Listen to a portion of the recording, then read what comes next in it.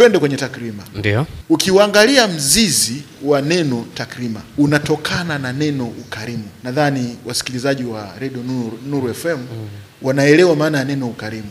Na bahati nzuri mimi nipo Tanga, eneo la watu wakarimu. Sasa ukarimu ni kumkirimu mgeni. Hata mimi wakati ninakuja kuripoti katika kituo changu hiki kipya cha kazi, nilikutana na watu wa Tanga ambao siwafahamu. Walinipokea vizuri, sikupata shida yoyote.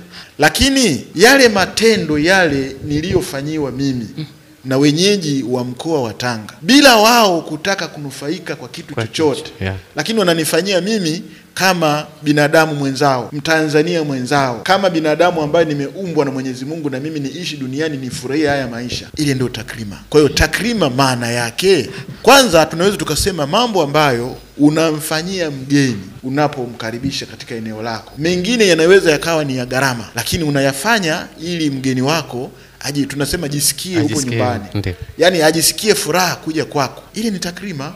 Lakini maana nyingine ya takrima, unapoamua kumfanyia mtu yeyote jambo jema bila wewe kutarajia au kuwekeza namna yoyote ya wewe kunufaika, ile ndio tunasema ni nini?